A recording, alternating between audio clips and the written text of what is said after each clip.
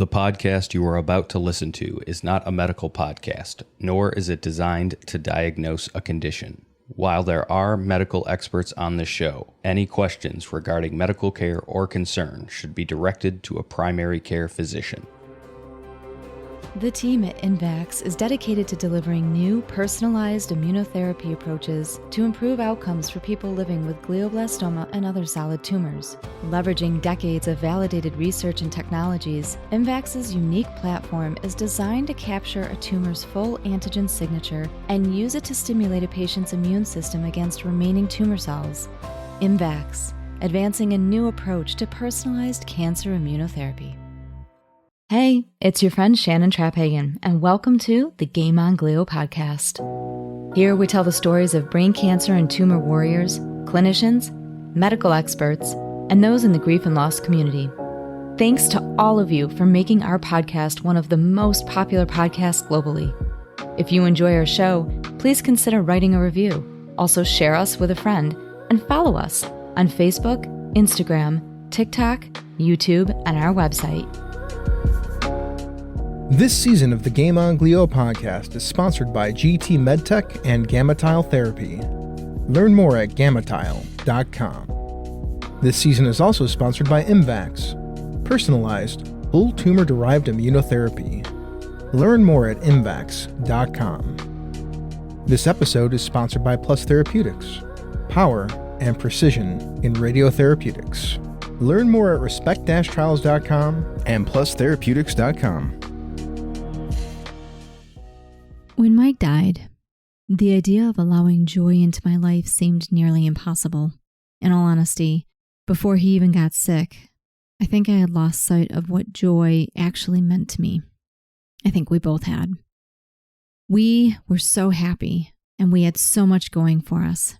But I know that I was focused on what we still needed to accomplish in life.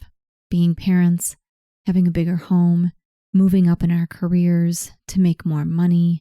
I was losing sight of what we already had in front of us.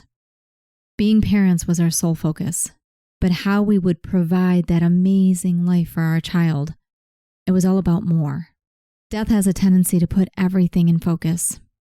Everything became granular. No longer was I thinking about next week, next month, next year. I was focused on the day I was in. I looked down at my feet and focused on putting one foot in front of the other. The slate was wiped, the future empty. All of the hopes and dreams that we had pinned all of our joys on was now completely a blank slate.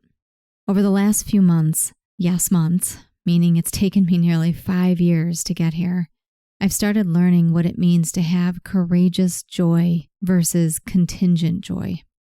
Contingent joy is when our joy hinges on the things around us, our external environment, the material things, the nice-to-haves, on hopes and dreams. A new fancy title at work, a new car, designer clothing, killing it on social media, kids, fancy home, financial wealth. Then we can have joy. Then we can be happy. But the problem with this thinking is that it's short-lived. It means that we can't find joy unless we have things.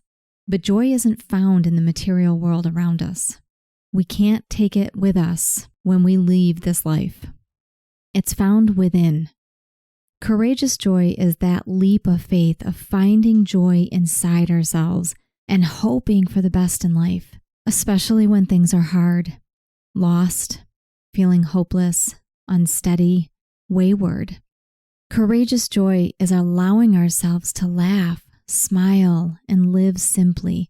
At the end of the day, even if you had all of the above, it doesn't guarantee joy and happiness. Joy is this little white light that radiates inside our gut. It's like a tent of butterflies. It shines and warms us. I have found moments of that joy when I'm still, when I'm not worried about the external world around me, when I stop worrying about what others think, what do I need to accomplish, how far do I still need to go in my career.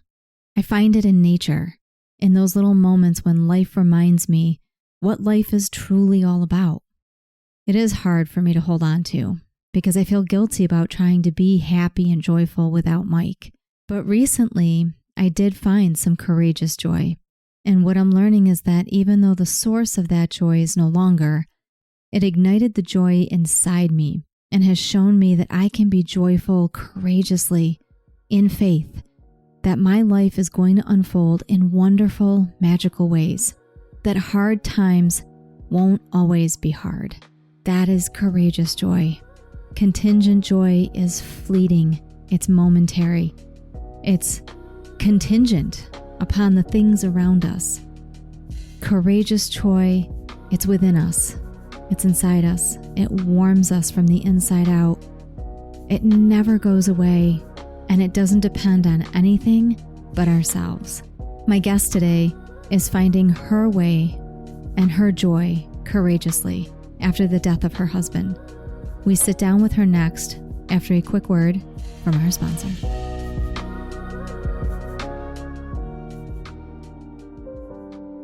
An estimated 25,000 cancerous brain tumors will be diagnosed in the U.S. in 2025. We understand that this diagnosis is life-altering, and finding the right treatment option is a deeply personal journey. GammaTile, an innovative solution for operable brain tumors, combines tumor removal surgery and radiation therapy in a single procedure. GammaTiles are small, bioresorbable collagen tiles embedded with radiation seeds placed at the time of surgery.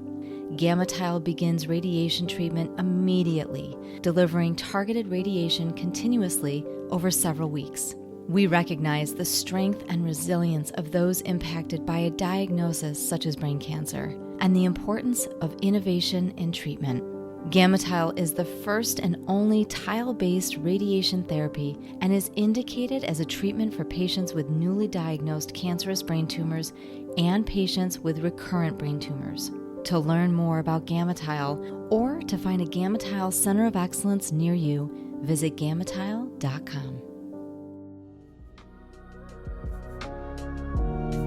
Welcome back. Thank you guys so much for joining us for this episode of the Game on Glio podcast. My guest today, Erica Jane Ormeno, is a family nurse practitioner in Texas. She's also a certified yoga instructor with over 25 years of experience.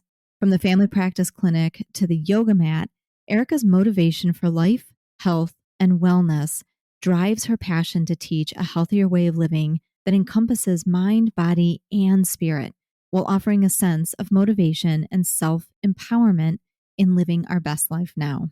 Erica's world came to a complete halt during the height of the pandemic when her best friend and her husband was diagnosed with glioblastoma. Erica currently resides in San Antonio with her 3 adult sons and her 1 daughter-in-law, a grandbaby on the way, which is exciting, and an amazing rescue pup named Sir Harry Winston, which, love that name. On her downtime, Erica is on the yoga mat, a paddleboard, hiking, writing, traveling, or cuddling with her new pup. Erica, thank you so much for joining us and for sharing your story with us. Hey, Shannon. Good morning, and thank you so much for having me. Let's start off with your late husband. I briefly mentioned that he was diagnosed with glioblastoma. So how long ago was this, and how old was he when he was diagnosed? So, my sweetheart Jason, he was 48 years old when he was diagnosed. It was during the height of the COVID pandemic. So, we were just getting ready to shut down. Our entire city was shutdown mode. And he just started having some very minimal, very vague symptoms of just a little tremor in his hand. And one thing led to another, and we had a CT scan. And that, within 24 hours, our entire life changed. When you say vague symptoms, was the tremor in his hand the only symptom that led you guys to getting a CT scan? Yeah, that was the only symptom. And thankfully, he had an incredible doctor that listened to him, looked at him, perfectly healthy man, never had any problems at all. And he's like, you know what? I want to get a scan done. And yeah, sure enough, within 24 hours, we had a scan and there was a large brain mass on his frontal lobe. That always, it's every time I meet with somebody or talk to somebody who is either a patient themselves or the caregiver of a patient with glioblastoma, I want to say 8 times out of 10, 80% of the time, it is in the front parietal lobe. especially among men that are diagnosed. And I don't know why, I hate to say the word popular, but that is such a popular area for these glial cells to these glioma cells to just grow. My late husband was the same way. It was in the front parietal lobe where they found his mass. Gosh, yeah, it's for us knowing where it was and, the things I've read and researched about, the possible complications as far as the location. And I know everybody's different. Thankfully, he never had any great complications until the very end. So the little tremor that he had, the doctor, once we finally got in to see the neurosurgeon, said that he was having seizures, that those were just kind of focal mild seizures that he was having. That was kind of the tall tale sign for him. So during his diagnosis, he never had like any grand mal or petit mal seizures or vision issues or other cognitive impairments? No, no headaches, no nothing at all, no dizziness, no pain at all. Everything was just this slight little tremor, and it was in his left hand, and the mass was on the right frontal lobe. And so, Which makes sense. yeah, yeah, yeah.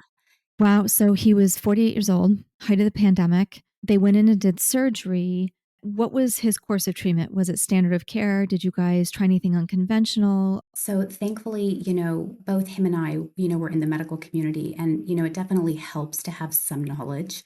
Knowing some people within that first week, he was going in for that craniotomy. And soon right after that, he was scheduled for radiation. And then we did oral chemotherapy for 12 months after that. Yeah. So standard of care. Standard of care, and he did phenomenal. Like, no residual side effects. Because of the pandemic, I literally had to drop him off at the front door of the hospital. Oh, I couldn't wait for him. I couldn't be there. Like, it was all just a telephone call. He's okay. He did fine. He's in the ICU. Because of that background noise of this pandemic that we had, they wanted him out of the hospital very quickly. In 48 hours, he was home after having a major craniotomy. that's pretty standard in all honesty. It's so surprising to so many people, but 36 to 48 hours, unless there's complications, Right. it's a quick turnaround. Mike was the same way. He was diagnosed right before the pandemic. So we had 5 or 6 months of calm before the storm. He was kind of in the thick of treatment when the pandemic hit. So that shifted a lot of things. He unfortunately died during the pandemic, towards the tail end, but still in the midst of the pandemic. He was in and out after his craniotomy within a day and a half, 2 days. They did some orthopedic testing. They had a vision specialist come up and work with him. So he had an OT specialist. They had somebody come up within those 48 hours to make sure his vision was okay. If there were any peripheral issues, could he walk okay? Could he eat okay once he went to the bathroom? It's pretty amazing how quickly the turnaround is after a major craniotomy if there's no complications. You think about, like, gosh, they are going in, they're cutting through your skull. You would think like this is going to be long, but no, it was incredible to see. Honestly, Shannon, things went great. The doctor, his prognosis was like, you know what? I got it all. There's nothing there. He's going to be the neurosurgeon, which is Dr. Bogave here in San Antonio, Texas. He said he is going to be one of my long term patients. Like, this guy is healthy. He's doing phenomenal. He was just rocking it. And, 12 months down the line, he was doing great. He decided to go back to work. No complications, no seizures. That little tremor in his hand resolved. And life was looking good. We were just amazed. And we just thought, okay, now throughout that time, we were still going in for the every 3 months.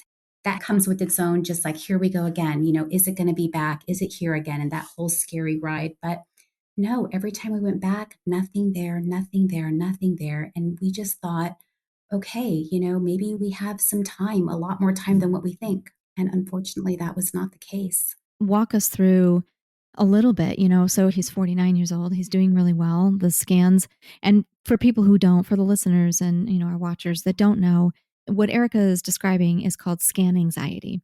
And whether you've got breast cancer or colon cancer or brain cancer, anytime you have to go in for a CAT scan, an MRI, especially when you've been diagnosed, it's called scan anxiety. And it happens every single time you have to go in for another scan. You're holding your breath Yes. every single time. So he got through that first year So he's 49 years old. When did things start taking a turn? So, 49, we had a great year and we got to celebrate his 50th birthday, which was amazing. Again, we're still kind of in this pandemic and we know, is it going to come up again? And, we celebrated the big 50, doing great, doing well. And 2 months after his 50th birthday, he had a grand mal seizure. Things quickly progressed after that. We went back in right away, and we had just had a scan 8 weeks prior, and they found that multiple masses had returned quickly within just that. In the same region or all over? All over. Those are what are usually termed as multicentric brain cancer cells, and it's when they kind of balloon and pop up in various regions. And it's very difficult to treat when it's glioblastoma. The doctor, the neurosurgeon, got 100% of it. He did great for 12 months or actually longer than that. It was a year and a half, about a year and a half or so. Yes. And then 2 months after his 50th, he had multiple regions where it popped back up. He went downhill pretty quickly after that. So he was 50 when he passed away? Yeah, he was 50. Yeah. So we immediately, within 2 days, got him into intensive chemotherapy. We got a port placed. We started chemo. We were in chemo every week, just trying to keep things at bay. We were hopeful. We thought, let's just hang on and keep going as much as we can. He was fighting, and I thought, I'm going to fight with you. We're going to continue to fight and give it everything we got. We don't have all the answers. We knew what we were facing, but we never gave up hope. And that was always huge for us. Yeah. It's amazing. Hope can be such a powerful motivator, but at times it comes at a cost. We can have all the hope in the world, and there are just times where it just does not work out the way we want it to. Right. And I think it's that healing process during the grief afterward where we have to heal through that and figure out, we had all this hope. And because Mike and I did the exact same thing, our journey was just slightly different from yours. I wouldn't say it wasn't exactly the same. So instead of multicentric glioblastoma, he ended up with leptomeningeal disease, which is very rare in glioblastoma cases. 1% of cases where it actually migrates into the CNS fluid. But he was the same. They knew that they had not gotten 100% of it, but they'd gotten about 98% of it. And they were hoping to blast away the rest of it. And it was in the same location. But the problem with glioblastoma, the problem with any brain cancer for people who really don't understand is that even if you get 100% of the tumor, there can always be one tiny little cell Right. that just migrated away or you just didn't see. All it takes is one tiny little glioblastoma cell to now grow a new batch of glioblastoma cancer. And so that's the problem, is that when it comes to brain cancer specifically, with other tumors, they behave differently. With brain cancer, specifically GBM, it's so hard to know if you truly got 100%. We did the same thing. We had hope. He was good for 6-7 months, really steady. And then things started going downhill. Our care team at that time wasn't really listening to us. So we had to take some drastic measures and kind of find people to bend their ear to really say, okay, look, something has changed. We know he just had an MRI and it looked great, but something has changed. We had hope. We were praying. We had hope. We didn't let go of that. We wouldn't even talk about what if. Right. What is the plan for you if I go? We wouldn't go there. Right. Mike only had 14 months start to finish. And when he passed away, I struggled. I didn't ask why. And I wasn't angry at that time. I said, but I had hope. I had so much hope. We held on to so much hope. Right. How did that not work? And so I think sometimes that's the hard part. When Jason died, what was that healing process like for you? And you've got children. So, for you and your kids, how did you help them navigate through it? And then how did you navigate through it? I'll go back just a little bit. I know we talked a little bit about hope and we mentioned that. And right towards the end, and we knew, the oncologist called us and said, I need you to come in for the results. Things weren't looking good. Things were progressing. And, Jason and I said, Jason, she wants to, for us to come in to get the results. And he said, that's not good. Like if she's calling us in to go over these results of the MRI, it's not good, right? And I said, hey, you know what? It doesn't matter. It doesn't matter what she says. It doesn't matter what the MRI says. nothing matters and nothing is going to change. Hmm. I'm still going to love you. We're still going to have hope. Nobody knows. No one's going to tell us like it's tomorrow or it's in a month or it's in 3 months. Like nothing is going to change no matter what that says. Yeah. Of course, we went in and, we got the results that things were not well. After those results were given to us, Jason lasted an additional 2 weeks. And he passed very peacefully at the hospital with family and friends by his side and our boys, just the way he would have wanted it. I look back at that time, as far as the healing process for me and for the boys. He was such an incredible and loving man, and he was so kind to us throughout the entire process. So the last three things that he said to me was, Erica, thank you for loving me. Thank you for being kind to me. Mm. And thank you for taking care of me. Wow. That's a blessing that you got that. I got that, and I take those words with me every single day. And those words have been a huge part of my healing process. And I think about that. And not only did he say that I gave that to him, but he gave that to me. He was kind, he was loving, he took care of me. And I think he left me with that. And I have to be able to continue to give that because it's an honor of him, it's an honor of me, and it's an honor of the love that we shared. And so that has been a huge part of my healing process. Wow, that's really, really powerful. And it's a testament, with brain cancer cases, not everybody gets that opportunity because there are times where the patients decline very rapidly or they lose their ability to speak, Right, their ability to walk, right. which was the case with Mike and I. And unfortunately, he passed away fairly peacefully in the hospital, but it was during the pandemic. So it made, his family doesn't live nearby. Some of his family was able to come out here and there, but we had to put it on a schedule because there were heightened restrictions around the pandemic. You could only have a couple people in the room at a time. And even when he was in his last days, we didn't really know what his last days were going to be until we were on top of it. By then, he couldn't speak. He actually had lost his speech a while before. So for you to have that is an amazing power of strength to carry through with you and with the boys. I got those words probably about 3 days before his passing, because right towards the end, he was not able to speak and he was no longer able to walk. But I remember those words. So now with the boys, you use this as a form of healing. How did the boys handle his passing? Did they go to therapy? Was there some kind of, community that wrapped around him? How did you guys work through? Because for kids, that grief process and healing process is different than it is for adults. We have adult children. So Jason and I have a blended family. I have one son, and Jason had two sons, and they were all older, which presents with its own special uniqueness.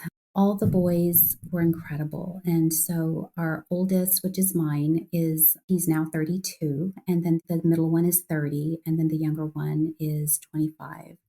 They had such a strong bond with Jason, and they got the best of Jason. Mm. They got to see him, throughout their childhoods, through Hmm. their adolescence and teenage years and early 20s. And It's still young, though. That's still really young to lose a parent or even a step parent. any time to lose a parent is just, there's never a right age to lose a parent, but I think, they were very mature, although it was hard. It was very, very hard for them.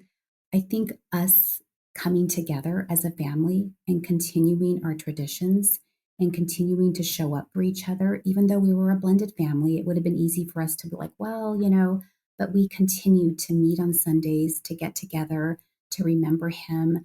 And that, I think, was a big part for all of us, is to just continue to remember him and talk about him was big for them. And each of them were different. They're young men, and so they're different than us women. But I embraced them and I met them where they were, whether they wanted to talk about it or not. I could, easily just like, okay, that's okay. We don't have to talk about anything, but I'm here, and just being open to wherever they needed me to show up. Right. Now, you personally use other forms of healing, and one of those forms is yoga, which you've been an instructor for a really long time. How did you lean on or utilize yoga throughout your healing process? It's so interesting because I actually did a project in grad school on yoga and the benefits of healing, and it really intrigued me to learn and to grow in this other form of complementary alternative medicine. Soon after I got well into my career, I decided I'd become a yoga instructor that Jason fully supported. He was just like my hero. He was like my guy on the side saying, "Yes, you can do this." He was so encouraging. He was my one cheerleader. He was doing my videos and taking pictures and, helping me with all of my equipment, loading it into the car. And he was just so excited about me learning this new creative venture that I had never done before. And he was just so good. And actually, when he became sick and he was in chemo, we did, I'm like, "Hey babe, like how about I do some, like, we want to do yoga together?" And he's like, "Yes." And so we would sit and we do some gentle stretches and I put him on a mat and I'd walk him through and he just loved it. It was a part of my life that he embraced and that I enjoyed. And I'll tell you that after he passed, it was very hard for me to come back to yoga. Mm, Very hard for me to come back to anything that I loved because it just felt odd. Like it felt hard for me to enjoy anything. But going back to him, another thing that he told me was, "Erica, promise me that you will continue doing all of the things that you love. Promise mm. me that you'll continue writing. Promise me that you'll still go to yoga. Promise me that you'll still go to the beach and go to the river and have fun and smile. Please don't stop smiling." It's so powerful, but it's so hard at the same time because those little moments of joy, I mean, even 4 years later, Mike has been gone for 4.5 years, and I have found some moments of joy recently, and then I've had some moments of joy taken away. And it's so hard to sit there and say, yes, I still want to have these moments of joy. I still want to find these moments of joy. It's so hard. The writing, for example, you with your yoga, and me with anything that we've been, even cooking. For me, cooking has always been a big passion of mine. And I used to do a food show and Oh, was a food critic. Cooking for myself, just cooking for one person, I hated it. I didn't enjoy it right, for the long, and I'm still struggling with it, to be honest. And the writing was for me to be, I used to get lost in the books that I wrote. I used to get lost in the words, and I loved painting that picture. yeah, When he died, that was probably, I always said that I was 90% writing and the rest, that writing was my oxygen. right. I lost every bit of passion for that. And it's amazing how the things that you love the most are the things that you lose the joy in first. Right. And it was hard for me. Like, Yeah. I remembered, I still remember him. I will never forget that he told me, "Please don't stop doing the things that you love." But it was so, I could not. The thought of me going to my yoga mat, the thought of me going to the river that we enjoyed, it just was like a stake through my heart. And so after about a year, I slowly, was like, "Let me try. Let me just see. I know he wants me to continue to do this as hard as it is. I don't know if I could enjoy it as much as I did, but let me try."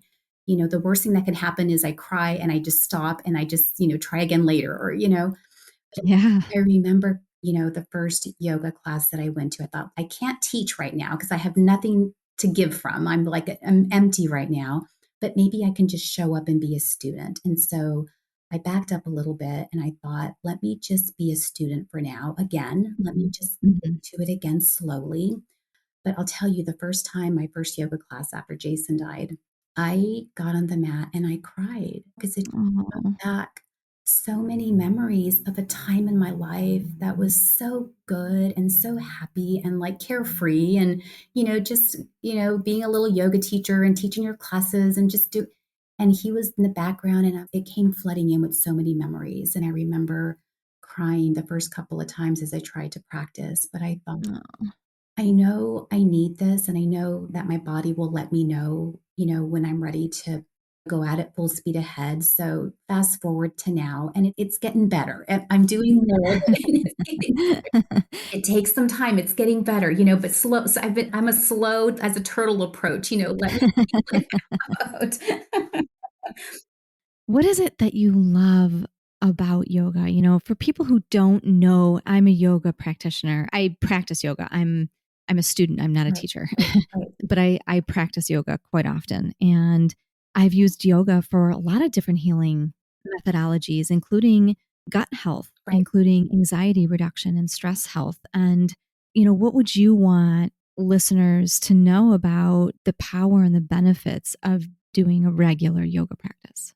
Yes to all the things you said. I 100% agree. There is beautiful research on yoga and the reduction of stress, anxiety, depression, blood pressure, blood sugar, all the beautiful health benefits and mental health benefits. This chapter of grief that I was in, I never expected to experience yoga in the way that I did with grief. It wasn't two things that I ever thought about together, especially when I got certified as a yoga teacher. Like, oh, and this will be useful for you during grief. I have found that as a student now, I have really been able to tune into my body physically, where I know, as you know, that physically we can carry our emotions. You know, physically we may feel heaviness in our shoulders, heaviness in our back. Maybe we ache a little bit with grief. Maybe we hurt a little bit from, lying on the couch for 8 hours because that's all I could do. We do carry our grief physically. And so when I returned to that yoga mat and I started to stretch and I started to really tune into my muscles, my tendons, my ligaments, wow, that's my lower back. Wow, my breathing, like I haven't taken a deep breath. I don't Mm, remember when. And wow. being able to physically tune into the body and then have that mind body connection, it just opens up another door of healing. And it's done that for me over the past year. And so I can really, really see like, wow, I really have not been tuned in, but okay, body. It's amazing, you know, through previous practices of the work that I used to do before I went into media and writing full time. I used to do a lot of trauma work and trauma therapy with people. I don't think people realize that when we don't let our emotions release in some form, whether it's counseling or meditation or yoga or community or church spiritually, Right. when we don't allow them to release, they find another way out. And it's usually through the physical sensations. It's usually through physical ailments, whether it is a heart attack, increased anxiety, insomnia, higher cholesterol or blood pressure, dizziness, change in appetite, change in gut health. It finds a way to release. And so, you know, it's so important for people to find ways to allow those emotions out in some capacity instead of burying them and pushing them down deep, because eventually they're gonna find a way forward. And I love that you mentioned the spiritual aspect of it. I think for me, most definitely, having some sort of a faith practice was Mhm. huge for me and a faith community, other believers that believed in, my spiritual journey during grief, which is different. It's hard. Like I would remember, okay, I'm going to go to church. And I would sit at the back of the church, and it was a hard, tearful time. And I couldn't even tell you, Shannon, like I'd walk out of church and I'm like, I have no idea what they just said. I don't know the lecture that was done, but I remembered how I felt. Maybe it's just listening to other people in prayer, listening to people sing song, listening to being in just an environment where other people are praying and giving of their hearts. That does something to you. I couldn't walk away and say like, "Oh, this is what, the priest just said." Like I'm just like, "I don't know what happened, but I'm okay. I can't recite everything they just said, but I feel better in my spirit and there's a little bit of light." And I kept going back and I continue to go back to that. And so my faith journey has also been another beautiful layer to this process and this chapter that I'm in. Yeah, I love that. You know, faith is a really powerful thing, and it doesn't matter how it looks Right. for everybody. It can look wildly different for each individual. And I never preach anything in specifics Right. because I know that everybody has a different way of Absolutely. finding their spirituality or tethering to it, Right. but it's a way to ground us Right. when everything else is so chaotic. And I look at faith right now, in some of the turmoil that our nation is facing. It is a very scary time for a lot of people. And I lean on my faith because it's all I've got. Right. It's all I've got. I remember, ironically, my uncle died tragically, my dad's brother.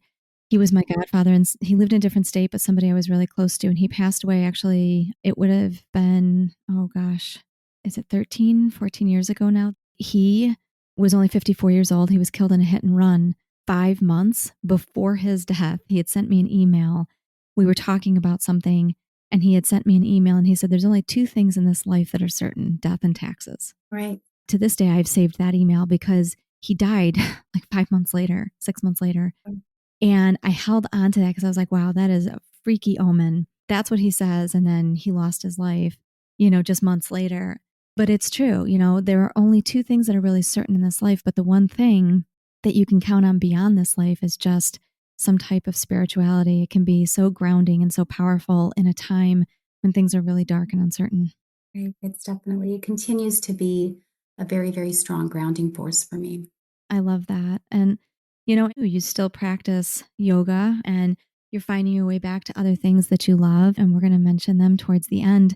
But I would love to ask you, given where you are in life right now, have you re-entered the dating scene? How does that, if you have, what does that look like?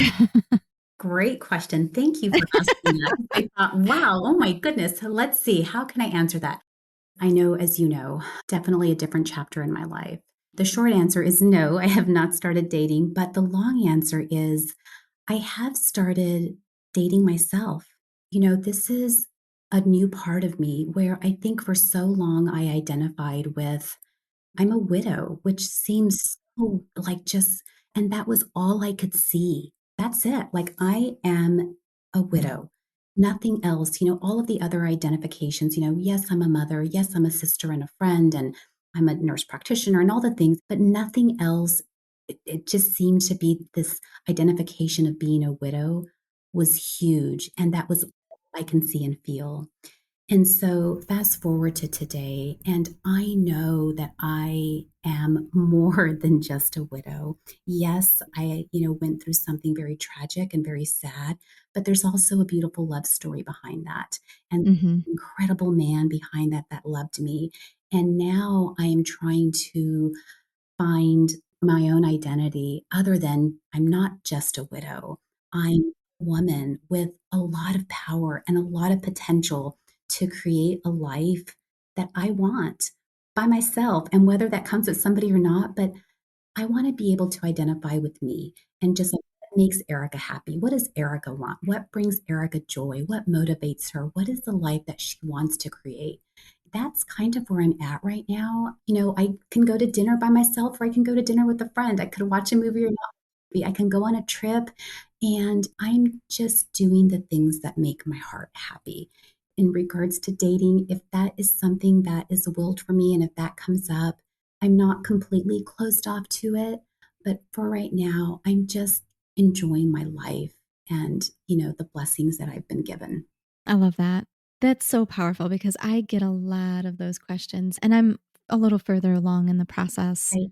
of being a widow. And so I'm at different phases and stages of things. But I did the same, that first, I identified really hardcore with being a widow that first year, year and a half. And I was only 43 at the time. And so there was a lot of other losses wrapped around that because now all of a sudden the entire identity of family Right. and this proud feeling I had of being a wife and soon to be a mother and Yes. all of that had changed.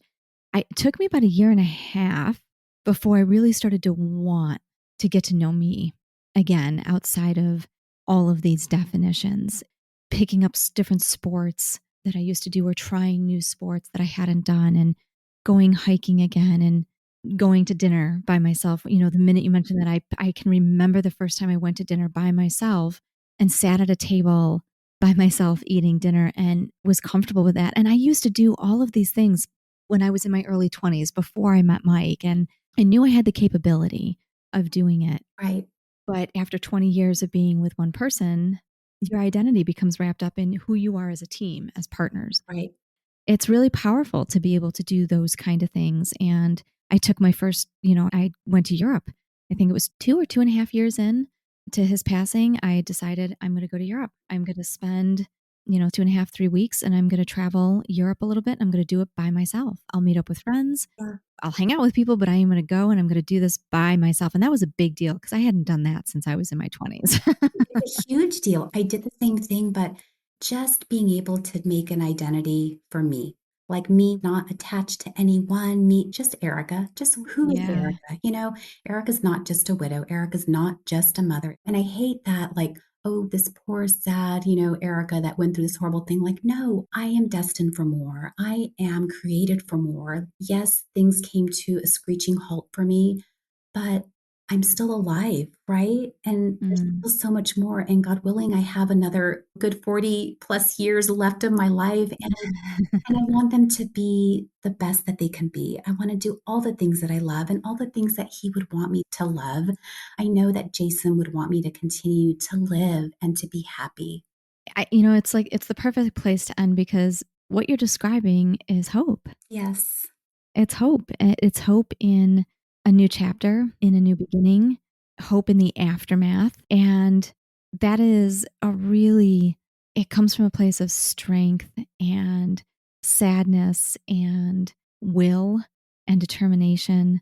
That is something that I think anybody who has suffered the loss of a spouse can really hold on to, is that there's hope even after death, that there is hope beyond. It reminds me of that statement, and I don't remember the verse out of the Bible that it comes from, but it's "This too shall pass." Yes. I hold on to that quite a bit, and it sounds like you do too. And it brings me joy and gives me hope in my own journey to hear where you are in yours. Absolutely. I love that because hope is my word of the year. Well, now it's the word of this episode. The word of the episode is hope. And I chose hope for all the reasons that you said, but early in my grief journey, I got this little magnet with the little red bird, and it said, "Hope with grief." And I thought, that's just the darnest thing. I'm like, and I had it forever, like near my vanity. And it never really occurred to me until like this year. I'm like, that's pretty powerful. Those are two words that people don't normally put together, is hope with grief. But we can have hope and things can be better. And we are destined for more. There truly is life after death. Why don't you tell everybody before we wrap up, because you do a podcast as well, and you do yoga, and you actually have this website with these beautiful blogs that you put together. So let people know where they can find you. You are also a nurse practitioner down in the great state of Texas. So let people know where they can find you if they would love to follow along your journey. Absolutely. You can find our podcast, and it's called Prescriptions for the Heart. And we have all kinds of wonderful, just little tidbits about life. It's me and a best friend girlfriend. And I actually, this season that we're in, we talk a lot about grief and loss, and we talk more in depth about my story with Jason. My blog is The Heart of Erica Jane, where I write a lot about just all the things in my heart and all the things. Yes, and so those are the two, and also there is, of course, Instagram handles for both of those accounts. But yeah, I'd love for you guys to join. It's just a piece of me. It's where I'm at. I'm trying to just live this life just like everybody else. And that's the best we can do, right? That is all we can do, is one day, one step at a time, and just do the best we can do with the day that's in front of us. Absolutely. I'll keep on going one day at a time. Thank you so much, Shannon. This is just incredible speaking to you. Thank you for allowing me to share my story of my loved one. And thank you for just everything that you do for this community. Thank you. Jason was a remarkable man, and the power in the words that he gave you before his death are such an amazing blessing and an amazing gift. And for him to have carried the journey the way that he did, you painted a really beautiful picture. And I know that his soul is up there with Mike's, and they're watching over us as we continue they are on. rooting us on. They're just like, yes, you get it, girls. You get it. Yep. We knew our women had more strength than we realized.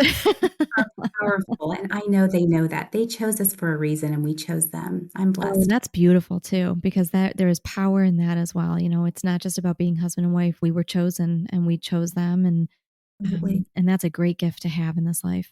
Right. Thank you so much, Shane. So wonderful to know you. It was such a blessing to have you on, and it's so wonderful to know you. I'm so happy we were able to share your story. I will make sure to have hyperlinks up in the bio for our guest today. And with that, we will be right back.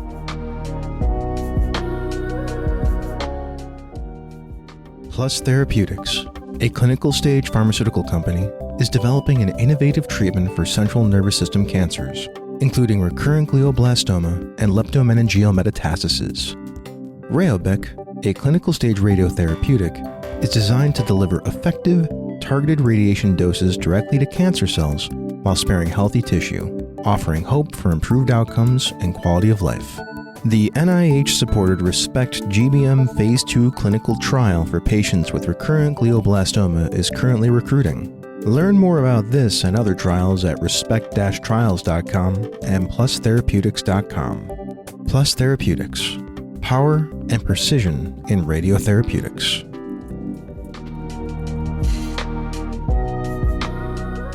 For Shannon's latest recipe, visit our YouTube channel, and you can pick up the recipe card at thegameonglio.podcast.com. You've been listening to the Game on Glio podcast, the podcast that is designed to educate, advocate, and tell the real stories of those walking the journey of brain cancers such as glioblastoma and grief and loss. Like what you hear? Share us with others. Follow us on Instagram at Game on Glio Podcast, Facebook at Game on Glio, or visit our website or YouTube channel. You can find us anywhere podcasts are played.